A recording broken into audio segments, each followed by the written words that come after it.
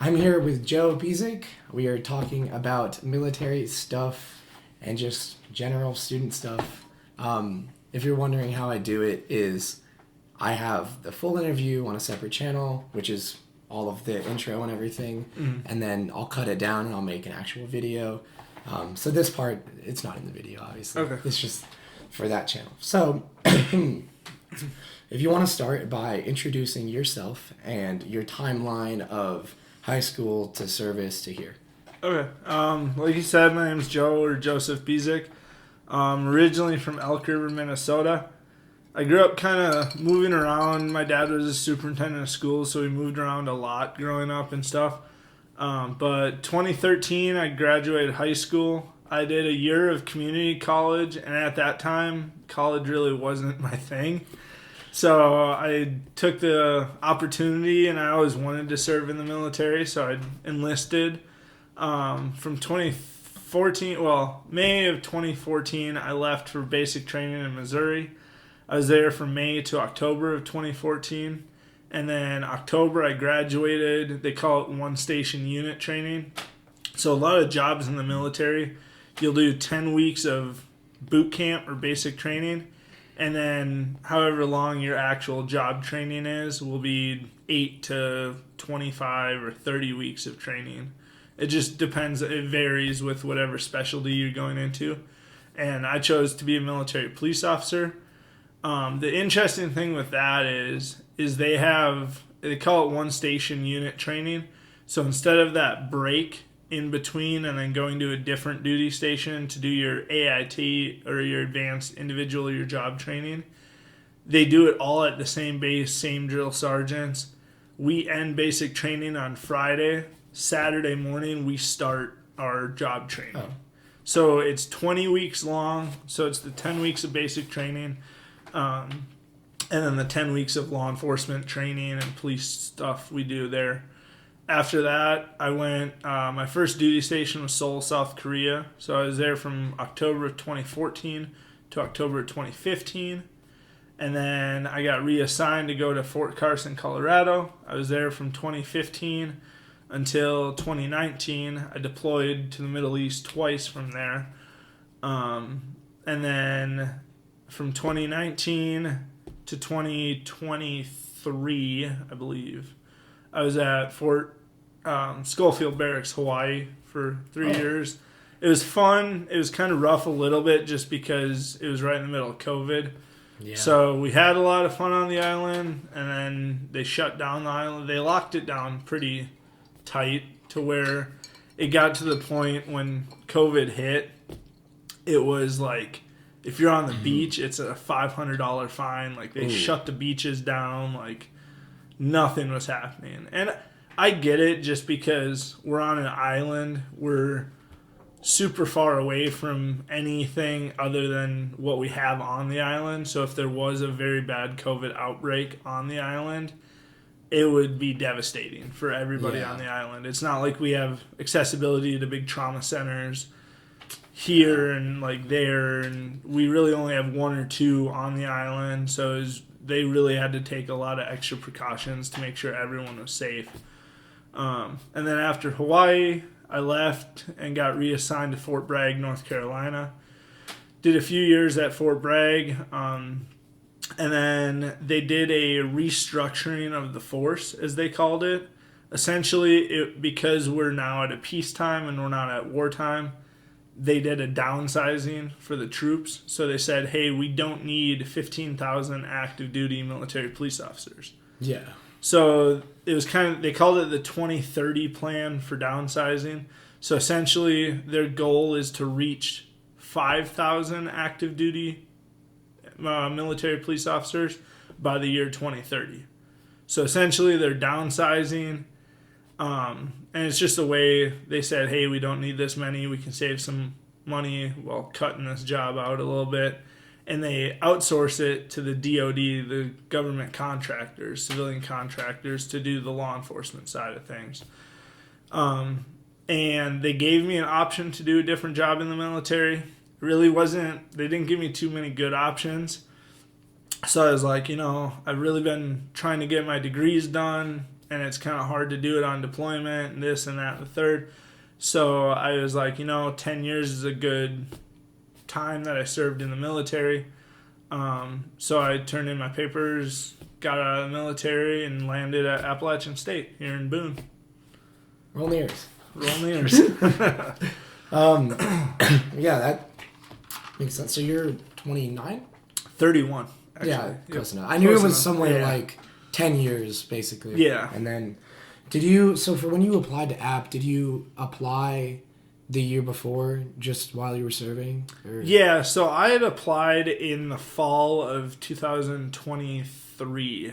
Yeah, so basically the same as my senior year. Yeah, and I had a lot of friends and family, because I'm from Minnesota, but I also have family in Florida and kind of around the area. So I knew that I wanted to stay in the kind of North Carolina, Tennessee area just because the distance between Florida and Minnesota, I'm kind of at a middle point. Yeah, you can drive to both, Yeah, it's not a terrible drive to go either way. And then also I applied to a few different schools throughout North Carolina, Tennessee, Virginia, toured a bunch of them, got accepted into most, and then I was like, I'm not a big city guy, so once I came up to App, I toured it, and I think within half an hour of me being on campus, I called my dad. I was like, hey, Dad, I found my college. It's out in the country. It's up in the mountains. I love it. And so this is how I ended up at App State. That's why I love App a lot, because I want to go to like a big city for law school, so it's really nice getting that like smaller town feel. I mean, it's still a big school, but it's yeah, for sure. Way better than being in like a big state school. It's nice because it's like you're in Boone where it's that small town USA feel, but you have everything you need. You got your Walmarts, you got all the food you need, you got everything. It's not like we're out in the middle of nowhere. Yeah, we have Walmart. But we're also an hour and a half, 2 hours away from Bristol, Tennessee, Charlotte. So we're close to big cities to where if we want to go big city for a day or a weekend, we easily can. Oh, yeah. But it's nice to just get away where I can sit on my porch or go hiking in the mountains and just get away from all the jumble of life and just relax. I love the hiking. It's just great. Like behind the dorm room last year. Okay. We're going to start moving into the questions here. I have 4 general sections. I mean, you're good on time, right? Like yeah. Okay, yeah. So I'm just going to go through them all. So, what was the most unexpected challenge you faced during your first week on campus compared to your last week on active duty? I would say the biggest challenge for me was honestly just getting back into the role of being a student and sitting in a classroom and not waking up at 5:30 in the morning, putting PTs on, going to work out for 2 hours, going home, cleaning up, and then reporting to work. So I think that was a big shift, was just that I'm more independent in the sense of I don't have somebody above me telling me, hey, you got to be at this place at this time in this uniform, and if not, you're in trouble. So there's kind of that independence of, hey, I'm a big kid now, and I have to just show I signed up for classes. Hey, this is when your class is. And it's kind of that military mindset of like, hey, you sign up for a class, you're there, you know what you're doing in that class. So it kind of has a little bit of that place of duty, uniform time, but it was also just that shift of going back to school and not just going to work and doing your job, but actually going to school and learning. And I think a big thing is I took a few criminal justice. I'm a criminal justice major. I took a few of the classes at the beginning last fall, and it was kind of funny because none of my military police training transferred over into App State credits. So I still have to go through all the intro to policing, intro to criminal justice classes. And it's funny when some of the professors are like, hey, I'm going to pick on you or call you out because you have 10 years of actual job experience doing this. But I would say the shift from active duty was pretty easy in my case, just because the last, I'd say, year and a half of my career with the Army, I wasn't actually on patrol duties as a police officer. I was assigned to a different part of the base working with 18th Airborne Corps Division, and I was doing more of a office management spot, so I was pretty much, phone would ring and I would answer and I'd be like, hey, Fort Bragg Operations Center, how can I help you, sir, ma'am? And then they'd tell me what's going on. Or there's some reports that we would fill out called serious incident reports, or SIRs. And it's just if a soldier or family member got into a big incident like a fatality or a DUI or something major, we would get the report and then I would kind of tweak it and type it the way that Corps wanted to receive the email, and then I'd send the email. And it was nice because I was only working 3 days a week.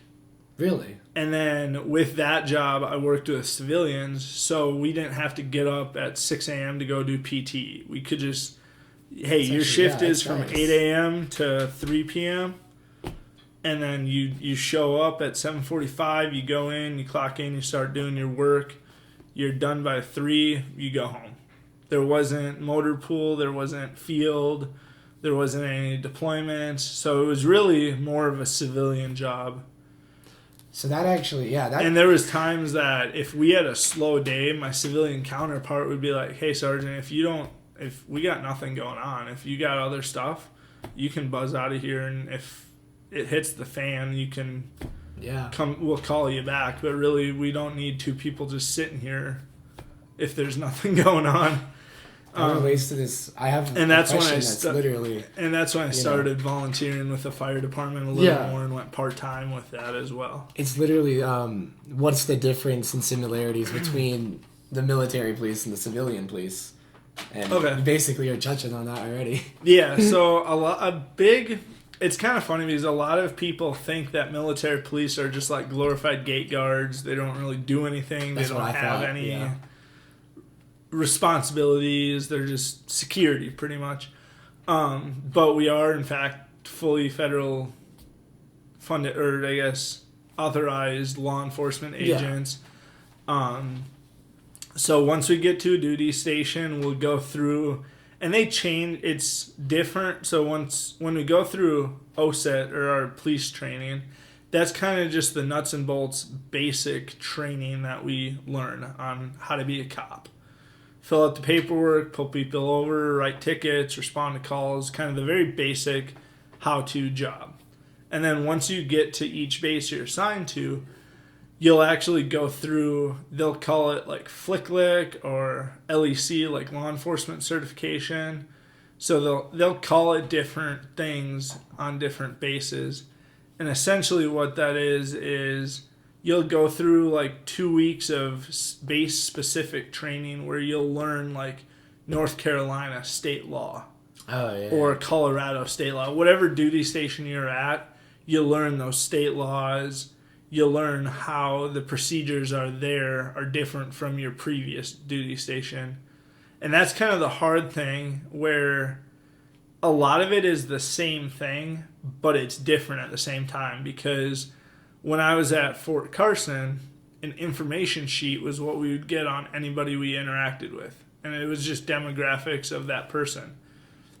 When I was in Schofield Barracks, Hawaii, they called it an I-9 form. Different name, same thing. It was just demographics of the person. And then when I got to Fort Bragg, it was a Fort Bragg info sheet. So they had different names, but it's all the same paperwork.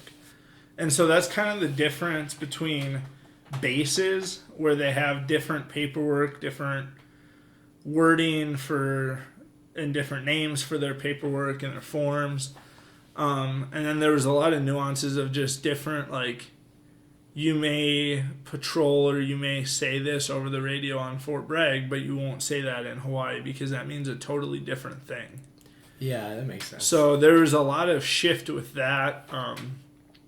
But we have, on the base, we have full arrest authority. So, I mean, would respond from, I've responded from everything from a cat stuck in a tree to kids playing too close to the road and the neighbor called concerned that the kids were in danger, that they were too close to the road, all the way up to suicides, homicides, sexual assaults, motor vehicle accidents, major incidences. So it just kind of varies. And then a lot of people realize, like, once they talk to us, they're like, oh, you guys actually are legit cops. The best way I would always describe it is, think of your local police department, federalize them, and put them on a military installation.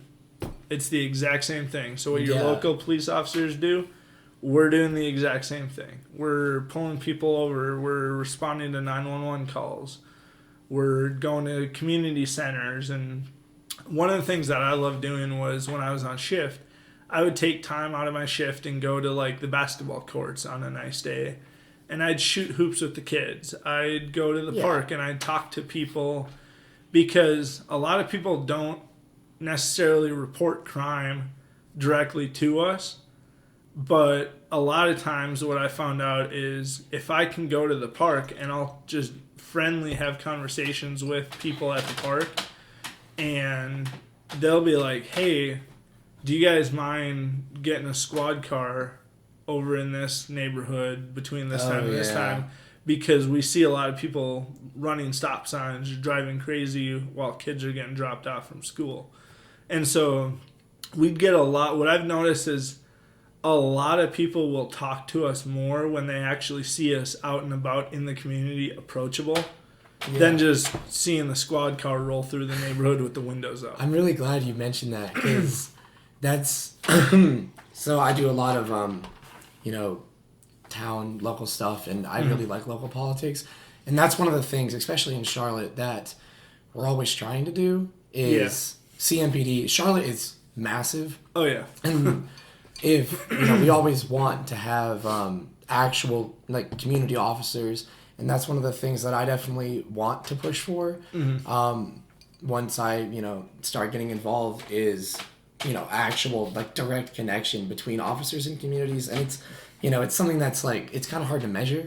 It's just like a feeling, but it helps definitely with just recruiting people from their own neighborhoods to police their own neighborhoods. I mean, there's and I feel like it's a bit different on a military base, but and that's actually, I just thought about that too. So my dad, he wasn't a military police officer, but one of the bases he would talk about all the time was when he was stationed in Okinawa. And he would always tell me about, like, the interactions between him and, like, just the normal Japanese people.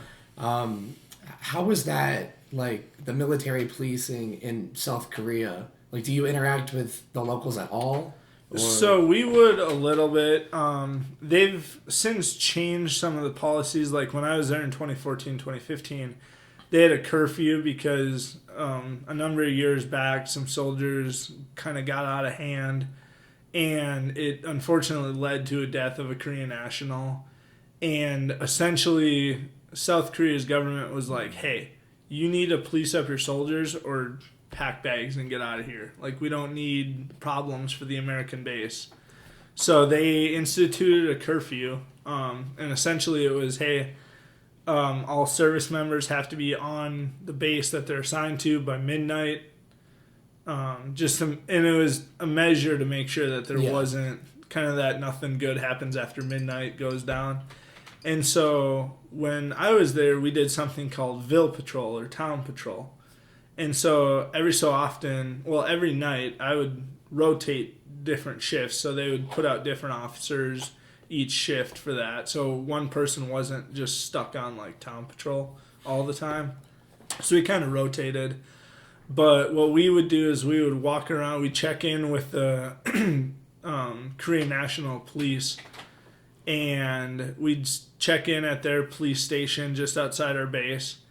And then there was a strip where I was at, was downtown Seoul in Yeongseong at U.S. Army Garrison Yeongseong, which that base, unfortunately, we've given that base back to the Koreans, and they've kind of dismantled and changed things around. So the base isn't as it used to be when I was there. But one of the villages that was right outside of or suburbs that was right outside of our base was called Itaewon. And that's a big, like, there's a lot of bars and restaurants, and there's a lot of stuff that goes down there. And that was a real big hot spot for soldiers and families and friends to go party and drink at the bars and hang out. That was kind of the local hangout spot. And during town patrol, we would check in the station, and then at 11 o'clock, we would walk around with the Korean National Police, which are like their local police officers, and we'd go in and out of bars and check service members' IDs. So if there was somebody that looked like an American service member, we'd tap the shoulder of the KMP and we'd be like, hey, can you go talk to him? And then once they made contact, then we were able to go approach them and talk to them. And it was mainly just to check for underage drinking. Is even though we were in a different country, we still had to follow the 21-year-old drinking laws. Is 21 in Korea? It is, but it isn't, if that makes sense. So with Korea, they have a very interesting way of like how your birth year is. So as soon as you're born, you're 1. And then at the beginning of the year, you turn 2. And then on your actual day of your birth, you turn 3. So it's very interesting at how they do things. So when you're 19, you're 21, kind of in their eyes. Or when you're 18, you're 21 in their eyes. So that's kind of the mantra that we followed, and a lot of people would get in trouble for underage drinking. And then with the town patrol, we would also go out after 12:30 in the morning, and then that was when we would go look for curfew violators. Yeah. And that's a general order from the base general themselves. So if they violated curfew, you'd get in a lot of trouble with your command team and stuff. Makes sense, yeah. And so at 12:30 in the morning, we'd go out, do a round, check. And there's a lot of off-limits establishments. So each military base has, they call it the blacklist. And it's essentially, there's a commission or a board or a committee that goes through businesses, rental properties, and stuff like that in the immediate area of the bases. And they'll say, yep, this business is blacklisted to service members and families because of prostitution, illegal drugs, weapons, illegal housing regulations, stuff like that. So essentially the blacklist is just a list to protect soldiers and U.S. entities on whatever base. And each base had a different blacklist. Obviously, it would be pertinent to local businesses of that base. Yeah. And so we would also, on town patrol, we would also go through and go into those businesses that were blacklisted looking for soldiers. And if they were caught in one of them, unfortunately, they're like, hey, you're in a blacklisted business. You now are getting in trouble for that. That's a general order. They wouldn't get court-martialed for that, would they? Most likely not. Most of the time, it's like a field grade, which is pretty much just like a misdemeanor almost, but it's your command team that does it. So in the military, you have, other than your civilian law, like your misdemeanors, your felonies, you also have command law, which is pretty much, say I'm your commander and you do something that's troubleworthy, I can say, hey, you messed up on this. Your punishment is field grade Article 15. So for 30 days, I'm going to take your rank and pay, and you're going to have to do extra duty, which means pretty much work from 5 p.m. to 9 p.m. every day. Yeah, that makes sense. And then you get demoted, you lose pay, and stuff like that. And punishments vary. Now, it varies in the sense of a field grade is kind of a lower level, so that's more of a slap on the wrist punishment. A company grade is where you really messed up. Ooh. And usually, company grades are DUIs, assault.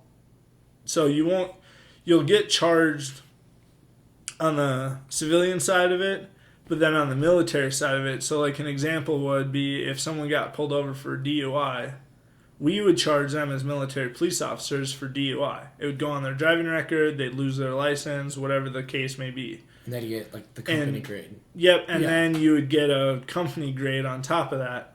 So like a company grade would be, hey, we're going to start the separation process because you got a DUI. This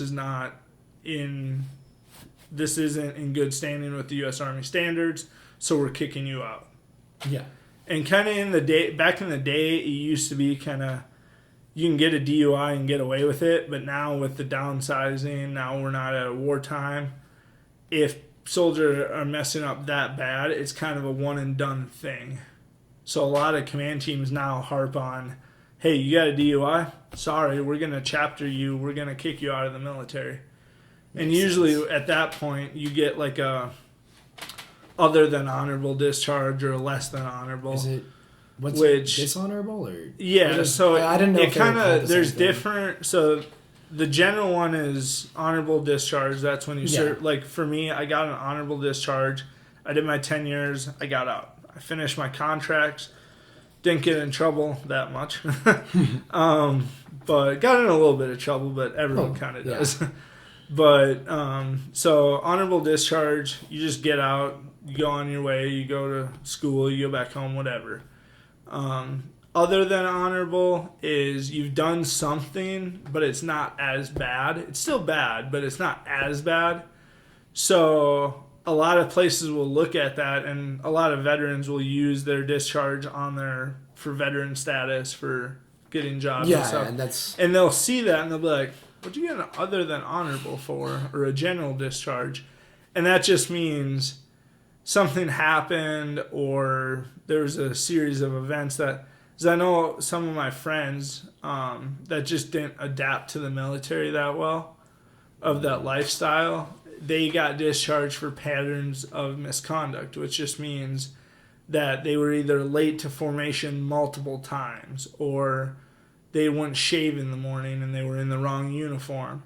And after this kind of paper trail of patterns of misconduct, they'll be like, hey, you're not adapting to the Army lifestyle. Sorry, you're fired. And that you'll get like a general discharge for that, or an honorable. Sometimes they, as I know, one of my friends one of my buddies in Colorado, a good friend of mine, just had an issue with not waking up on time and would always miss PT and accountability formation. And it got to the point that our command team was like, hey, you've only been in the Army outside of basic training for 6 months, but in those 6 months, you've been late 40, 50 times.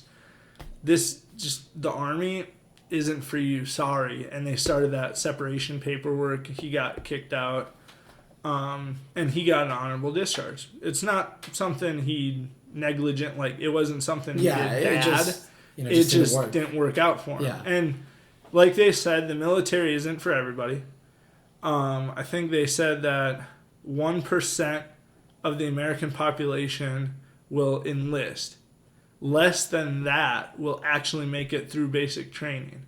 Even less than that makes it through the first year of their contract. Makes sense. So it's like, I think they said on average it's anywhere between 0.5 to like 0.1% of the American population will actually make it their full contract through the military. Yeah, I mean, we have 1% is 3.4 million, and I think right now we're at like 2 million total service members. Yeah, and that's kind of across the board. Like when I went through basic training in OSIT, I think we had 18 of us so we started our training class with about 300. By graduation, we were down to like 185. Damn. So that many people did not make it through either qualification, just had issues, some medical dropouts, and some other stuff happened. And then out of that, like 180, 185, I think 18 of us were active duty, and the rest were either National Guard or reservists. That's a lot, yeah. Yeah. Makes sense. My uncle,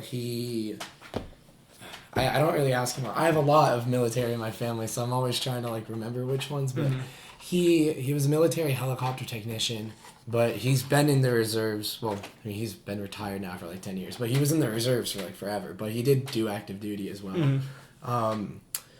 Let's move on to the firefighter one. So basically, all the questions I had about the MP stuff, you basically just answered by talking, which is perfect because That works. for most people I've been interviewing, they'll do the whole like politician thing where they answer it in like a campaign, like 2-3 sentences, get it done. You know what I mean? Yeah. Most people won't like go on, start talking about other things. Yeah. So, damn. I basically got like everyone in my family the flu over Christmas break. Oh, nice.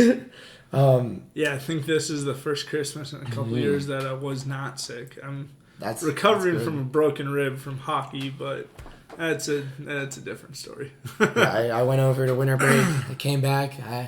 Feelings in my tooth. I got an inhaler and I got glasses.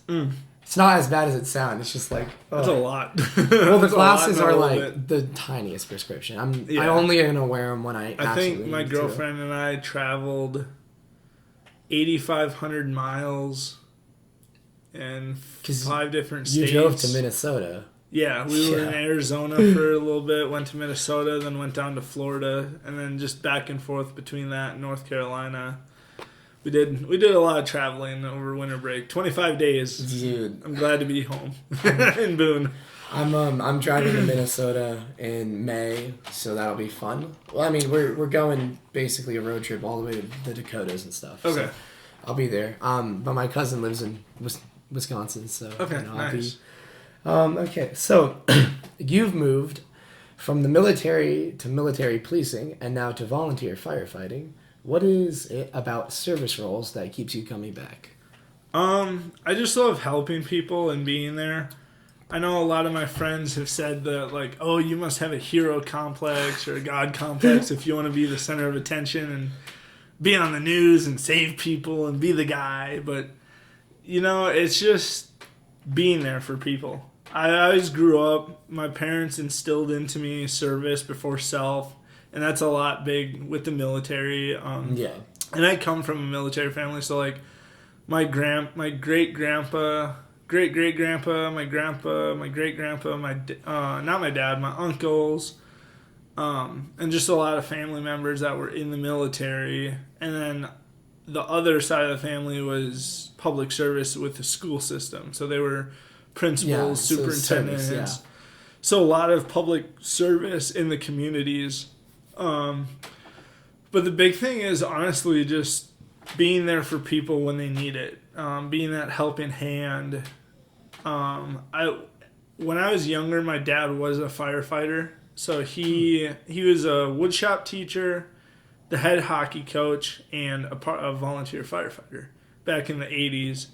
And it was just one of the things that, like, even from a little age, I always looked up to him and thought them of like the heroes, the good guys. Yeah. And so I always told myself, I was like, I'm gonna be one of those one day. And kind of the same thing, like every kid plays Army or plays Navy or whatever when they're kids. Go Navy. Go Army, beat Navy. My dad and my grandfather both went to the Naval Academy. Oh, so nice. I have a lot of bias. Yeah. Fair. Hey, it's all service though. We're all helping each other. Well, yeah. But yeah, that's one of the things was just being there for people, and a lot of people would say that like we would have issues with like what we see and just what we do on a daily basis with like PTSD and seeing stuff. And it's one of those jobs that definitely you see a lot, and you see a lot that you wish you never saw. And there's a lot of stuff you wish your worst enemies would see. But the way I look at it is working with whether the police department, the fire department, the military, it's one of those things that I see something bad happening to innocent people or good people, I'm going to step up and say something. I'm going to be there to assist that person. If they fall, I'm going to help them up, kind of thing. With the fire department, kind of that same mentality. it doesn't matter what time of the day or night, those tones go off. We don't know if we're going to some kid that just pulled the alarm because they wanted to be funny, or if we're going to be pulling people out of a burning building and saving their lives. And I've kind of, with that mentality of helping people and being there for people on their worst days and sometimes their best days, but most of the time it's their worst days of their lives. A big thing that I've come to terms with is I know where I'm going to go when it's time. But the thing is with that, with the fire department, is I'm okay with if I get that victim out and it costs me my life, I'm okay with that. I know where I'm going to go. I know my job that I did a job that I was trained to do. And to me, it's a career, but it's also that calling. Like, hey, I'm physically and mentally strong enough to do this job. I'm going to do it. Yeah. It's like Spider-Man. Yeah. You know, it's kind of, I'm Spider-Man. With great power comes great responsibility. Yeah. So for my internship over the summer, you have to do an internship for your major. Yeah, for criminal justice. So I have mine. It's with the Veterans Bridge Home, and it's basically, I don't know if you've heard about them, but it's basically a home. Well, they're not like a home. They can run housing and stuff, but that's not the home itself is. Service, connections, jobs. That's like a big part, especially in Charlotte, is getting veterans who come out of the service jobs. And we work with a lot of companies because there's just, a bunch of banking jobs in Charlotte. Yeah. But another thing, too, is like proper care for PTSD. And that's something like my dad would never talk about it that much, but like talking to them a little bit, and especially like going into this summer, there's going to be so much that I'm going to hear about, and I told them about me doing YouTube. Like, I'm going to interview a lot of veterans because I want to, and I want to share those stories. Yeah. But hearing about like PTSD and stuff, like it really puts stuff into perspective. Because most college kids, especially here, that's something like I kind of feel, even though I am just a 20-year-old college kid, is like a lot of college kids don't have that perspective of like someone in the military where like you've gone out there, like, because ever since I've been young, my dad has told me like but all the crazy stuff he's seen, and not everyone can realize that, but it's definitely something that we want to help with, all the PTSD and everything. It's a lot. I was at this veterans coffee over winter break, and that was the day after I like officially secured the internship. It's going to start in May. But I was talking to this dude, and he was like, yeah, so I moved here to Charlotte to find a job. My wife just got divorced me. And I'm like, dude, I'm 20 years old. And I'm having a full adult conversation with this dude who's talking about his divorce and how he was going to move to Gastonia, and now he's in Charlotte. And I'm like, it really, it's a very different type of conversation. Yeah. So this will be the last question here. I mean, you can talk again. It's 12:50. So if you want to do like 10 more minutes, I don't know how far away the thing you have after. It's like 15 minutes. Yeah. So the last question, I love to ask this, especially for like politicians, because they tend to like to talk about themselves, is what is your general plan moving forward? And this is just like class and stuff and your internship. For sure. So I know for me, obviously I'm a criminal justice major, and then I have a double minor in sociology and psychology. And it's just one of those things that I have a lot of friends and family that are in law enforcement and stuff. And criminal justice is kind of that bare bones minimum that you need to be a cop, investigator, whatever the job may be. But one thing I really wanted to focus in on was outside of just basic law enforcement, if I went back into the law enforcement realm, was I just didn't want to be that basic cop. That the dime a dozen, everyone's got the CJ degree, we're now beat cops. I wanted to come out with that sociology and psychology understanding so I can understand why the criminals or the individuals we're working with are the way they are, why they think it's okay to commit this crime or these actions against other people, and kind of understand the human psyche a little better, because like you were saying, PTSD, mental health is such a big factor in law enforcement and life these days that I feel like a lot of police departments are getting better, but they're definitely not at where they need to be. But I want to be that individual on the force where I can, if we get a call for service, I can go there and I can read the signs and symptoms of what this person is doing and realize maybe, hey, this isn't just a let's cuff them, book them, put them in the system, and move on to the next guy.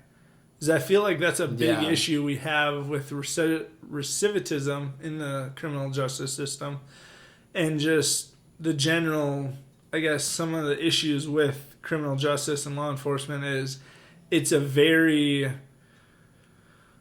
wash, rinse, and repeat kind of system where it's a catch and release. You got your guys that are always doing the same crimes over and over again. You got the same mental health issue calls, and they're just slapping cuffs on, putting them in the back of the cars, charging them, and then either releasing them on bail or they're in jail for 20 days and then they get out. And then a week later, they do the exact same thing. Yeah. What I want to focus on more is just working with the individuals.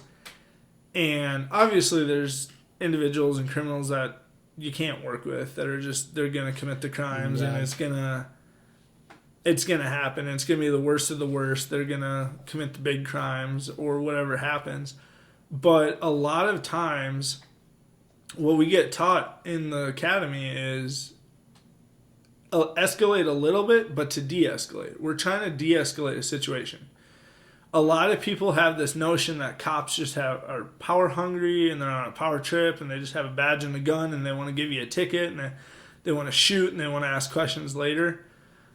I've talked and worked with countless numbers of police officers, from MPs to criminal investigation to military police investigation to traffic investigation to SRT, which is the Army SWAT team, to local in Colorado Springs and in Hawaii, to county, to state level. I mean, I used to work with a top leader in the North Carolina Highway Patrol, and one of our former, well, he's still a assistant chief with the fire department in Fayetteville, with Stony Point Fire and Rescue, where he's the colonel. He's the top police officer for the North Carolina Highway Patrol. Nice. And it's just one of those things that I think once you get an understanding of individuals that are having the mental health issues, and we can help them instead of just putting them in cuffs and charging them with whatever crime. But if we can bring them in and say, hey, we know you're having this issue, let's get you the help you actually need through therapy or different avenues. And maybe that'll help bring down the rates of crime and just other things. And I'm not saying I'm going to go out there and be super cop and in a year I'll have the state of North Carolina crime-free. And it starts with one, but hopefully it gets into that pattern of, hey, if one cop's doing this, then 10 cops on the department is doing this, and then in a year that entire department is following this.